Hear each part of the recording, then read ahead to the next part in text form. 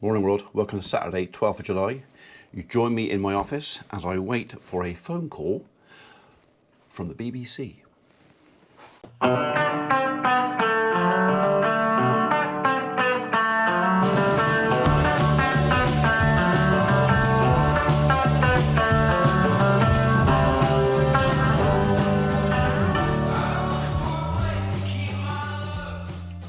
We know that temperatures have been rising and the past week has seen the heat wave continue. Now, this may be good news for sun lovers, but what about those trying to grow things? Now, one farmer has described this summer as a nightmare and called it the worst for agriculture since 1976. And what about farms with livestock? How do the sheep, pigs, cows, chickens, how do all of that cope with this heat? Well, let's have a chat to Ian Pullin, known as Farmer P, from Wotton Under Edge, who has a small herd of Dexter cows and 65 acres of barley. Good morning to you. Lovely to have you on, Ian. Good morning, Caroline. Thank you for having me.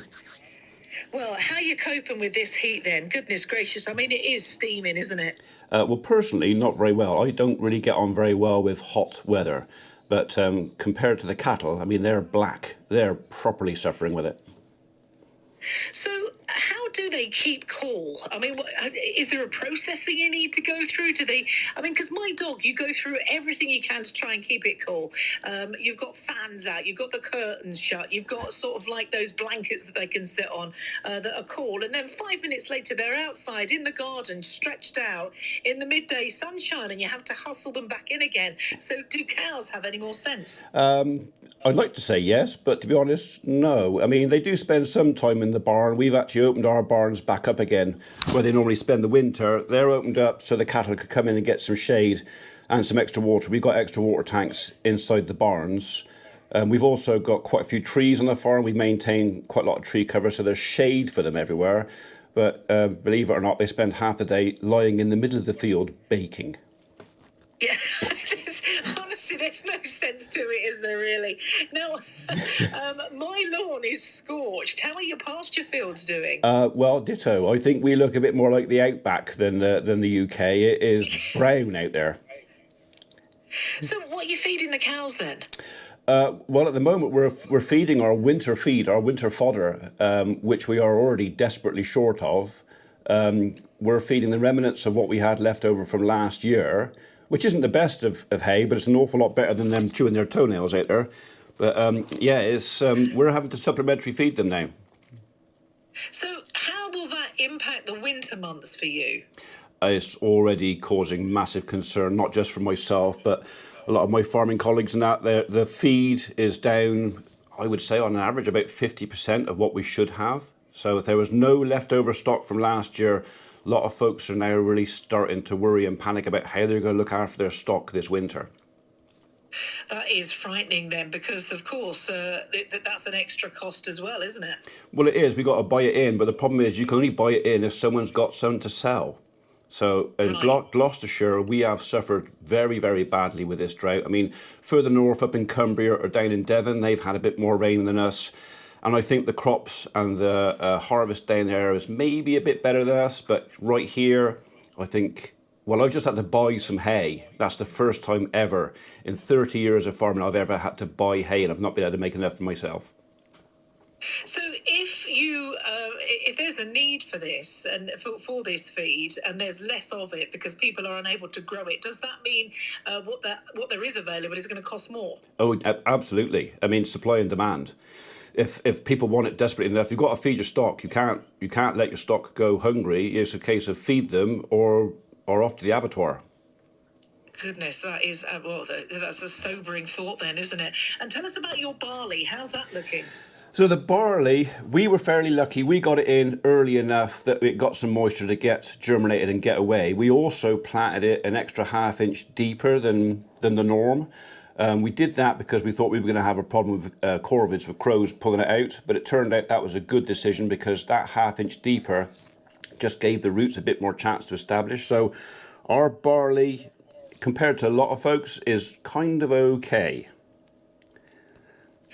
once you've harvested does it come up in different qualities? I say this because I watched Clarkson's farm, and I saw them take it off to be tested as to whether it was good for this, that, and the other. Yeah. Is that how it works? Well, so yes, for wheat and that, you're looking at Hagberg stuff and your gluten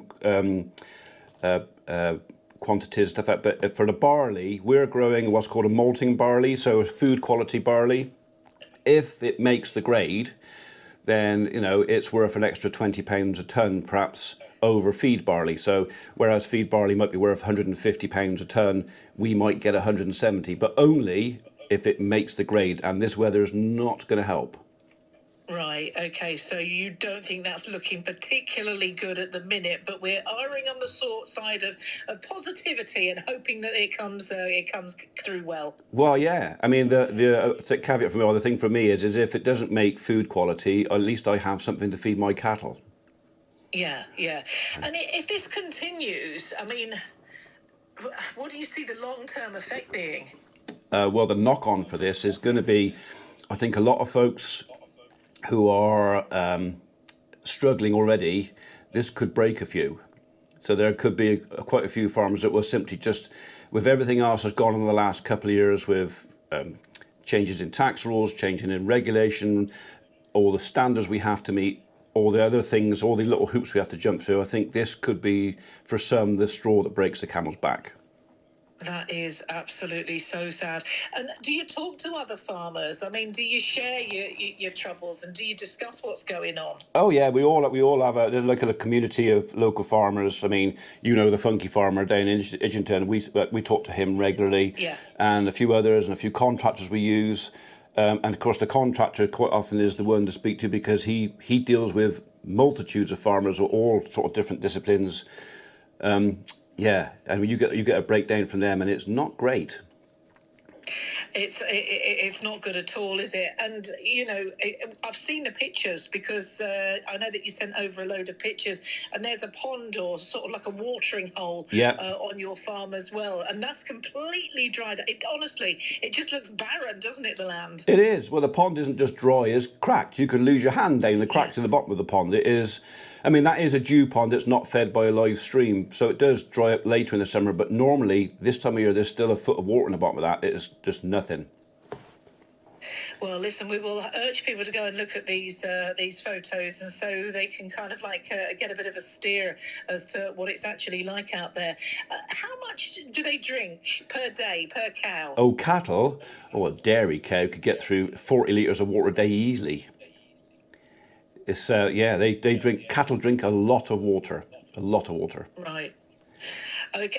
And I'm presuming this is from a place of ignorance here that I'm asking, that if this hosepipe ban or anything like that comes in, it's to safeguard people like you that have got livestock and animals to actually feed and water. I'd like to think so. I'd like to think that the cattle, sheep, pigs, and everything, or the livestock, kind of have a little bit of an edge over someone's back lawn.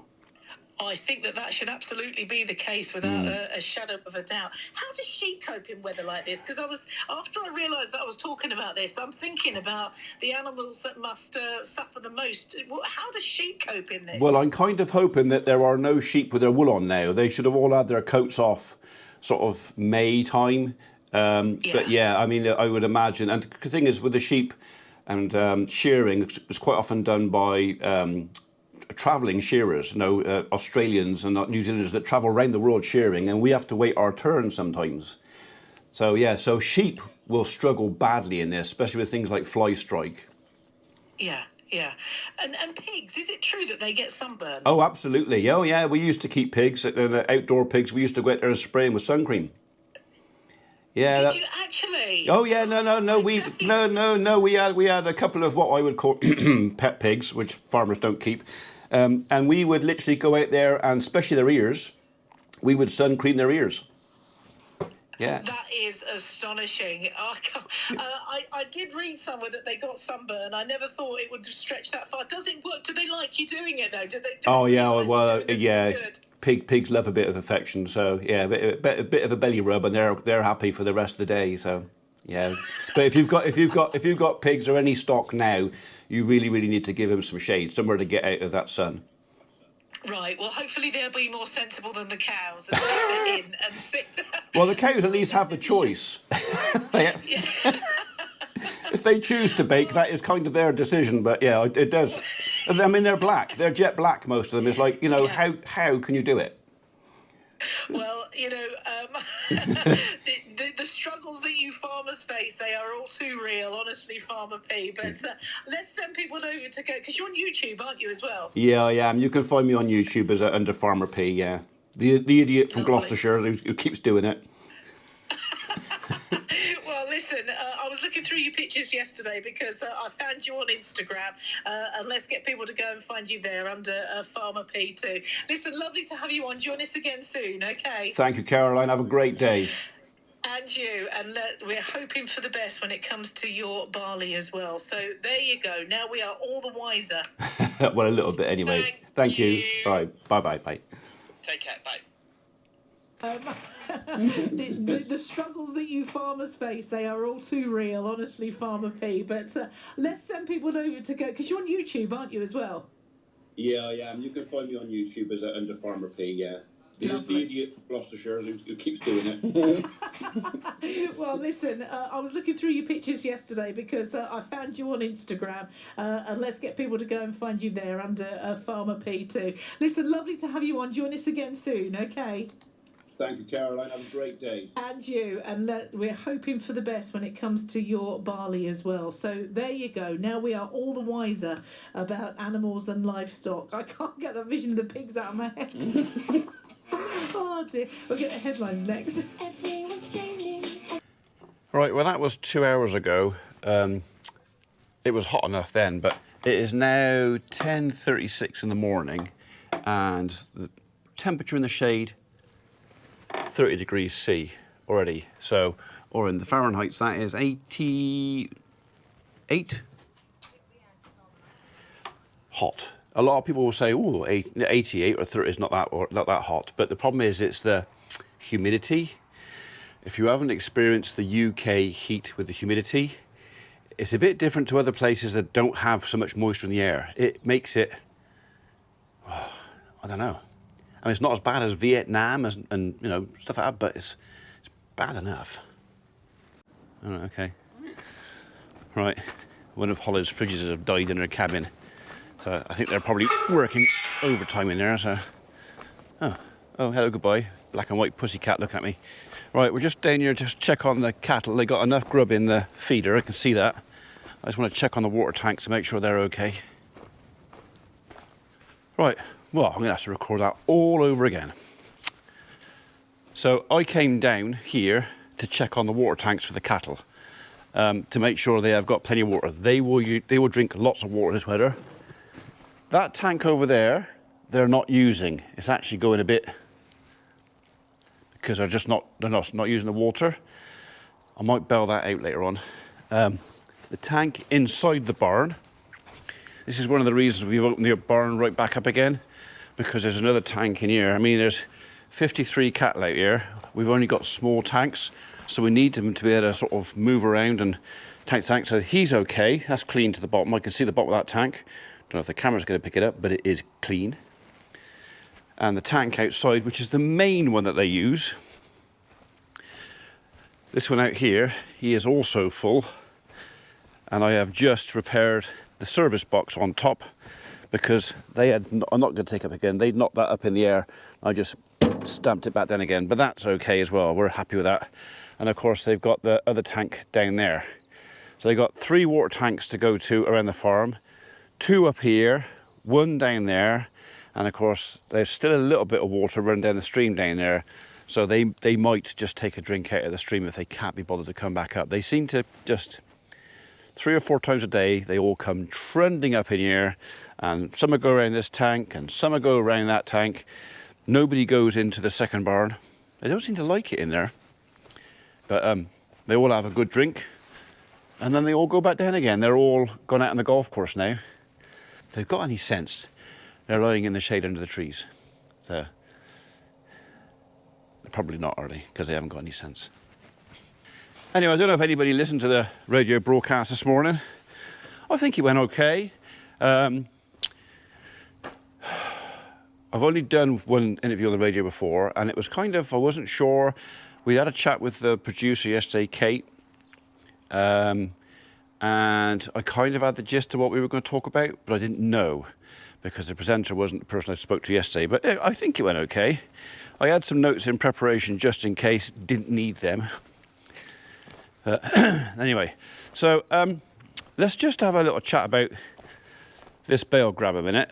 The reason it's stuck up in the air like that is the leaky seal in there. This is still not fitting on the tractor properly. The locking tab at the bottom of there, the hole for the locking bolt to go through, not quite in line. So I cannot say for sure if that is the attachment's fault or there's an issue with the loader, but everything seems tight on the loader side. So basically I've got to get myself a big round file or a reamer of some sort and just I've only got to take off about 3 or 4 millimeters of metal, but I've got nothing here that really does the job. Toby told me not to worry about it too much. He says he'd get one of the workshop guys to come out and do it for me, but I know how busy they are, so we'll see. If I think about it, I don't know quite what to do to get it out, because I don't want to drill the hole bigger. I just want to take a little bit out the back of it. I don't know. We don't need it for 10 minutes. I don't actually need it on the tractor even. I left it on there so I could move it around. But yeah, we do have it. Will I get to use it this year? I don't know. I mean, are we going to get a chance to make any silage? We might, it's possible, we might end up doing a desperation last minute cut in October, November, whereupon we'll have no choice. We'll have to wrap it. And then that may be employed this year. But the way it's going at the minute, I could have kept the money in the bank and not worried about it. But that's just the way it goes. I mean, at the end of the day, we've got to feed the cattle. I think we'll be okay. I did toy with buying some more hay from my neighbour, but we have got a lot of barley straw. The people who normally buy the barley straw off me are not going to get as much as they usually do. I think they understand the problem, they know what's going to go on, but yeah, I don't know. It's a funny old year. I don't want too many more like this. Right, let's go and do a job I intended to do yesterday and didn't. You're right over there. Bloody hot. Too bloody hot. Don't like it. Don't like it. Stop. I'm a winter baby. She's not happy. What was that job? Well, the skid steer is still out in the garden, but I parked it up facing west, and when I went to move it yesterday afternoon, I jumped in it and jumped straight back out because I burnt my ass on the seat. So the sun's over there, skid steer's facing that way, so it's going to be warm in there, but not hopefully botty toasty warm. What's left of my lawn. It's not going to do it any good leaving that on there. Down there, looks a bit like a tennis court, doesn't it? Down there is the outline of our garden room, so you can kind of see the size of it. So it's got to come out this way and the other end a bit more as well yet, but yeah, it's quite a big project. I'm not going to say too much. There are reasons why we are doing it. A lot of people said, "Oh, about shame about the trees and why do we want it?" And there's stuff behind the scenes. We applied for planning for this 2 years ago, and weren't going to do it. But time's moved on, and needs and musts and whatever else have moved on. So let's just say I'm not necessarily building that for my benefit. That'll do. That's you can make what you want of that. I suppose I might as well just skip that last bit down, aren't I?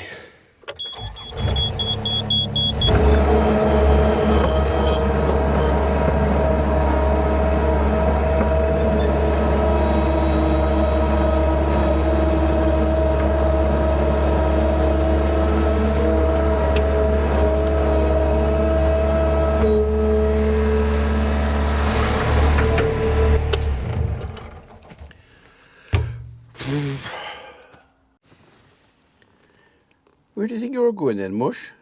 Eh? You're not going to find anything very delicious on there, you know. No. Come on.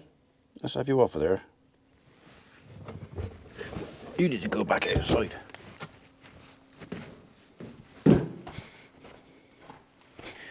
Go on. Out there. Out there. There you go. You're far better off on there, aren't you?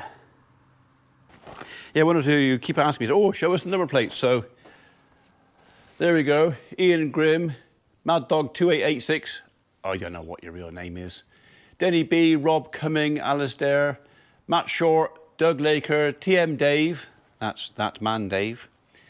S. Brockway, Peter Rolfe, Alwyn Jones, Soy Bramich, Laurie and Sylvia, Colin and Angela, Matt Pentland, M. Watling and A.D. Salter.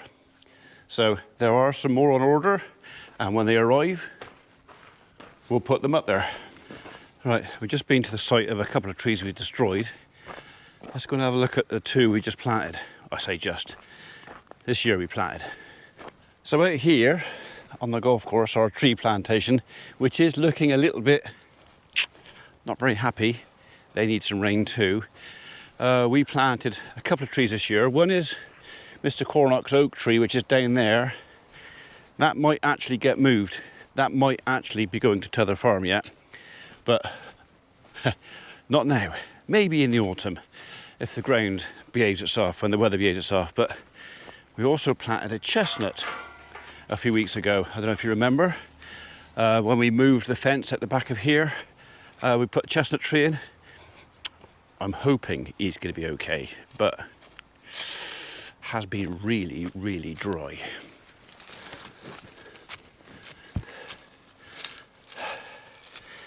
I might bring the mower out here just to do the paths. We kind of have little wild paths going through all the trees because I like it. Don't come out here that often, but it's not dead. We did mulch it, which probably helped.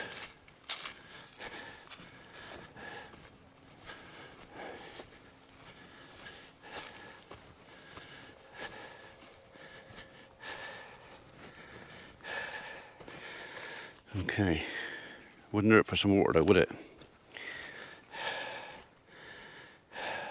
I might get a leaky bag for him. And the other tree I will show you was one that was sent in by one of you folks. I've forgotten your name, but you regularly ask about it. It's the quince, which is, where's the quince? He's in there somewhere. Oh, there he is, over the back there. Oh, it's got fruit on it. There's your quince tree. It's a little bit swamped by this stuff, but you know what? It's actually got some fruit on it. That surprises me.